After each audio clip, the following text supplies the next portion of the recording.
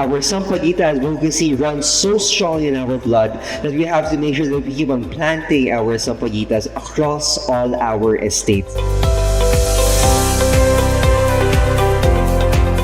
We pray for the gift of mindfulness to slow our hurried pace and truly see the beauty in our work and in each other. May we remain anchored in our core values, always mindful of the impact we have on our community and the environment. Bakit pinili natin yung Mito? Kasi naman, ito is also indigenous sa Aklan. So magaling nating makuha. And matibay siya. Maganda din yung mga produkto nakita nyo. Alam natin yung ating community, matibay tayo. At laging sa pagbabago ng panahon, marunong tayong magdala.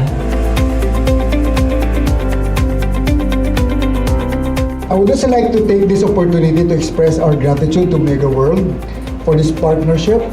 Our organizations, DDI and Mega World, share a common goal of developing and promoting our MSMEs toward inclusive economic growth, both in the community and across the country.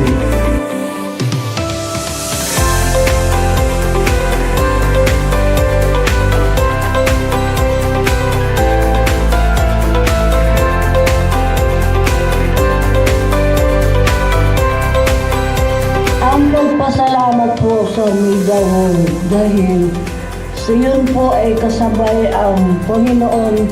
Panalangin namin na sana ay madalhan kami ng tao na may puso nga malaki.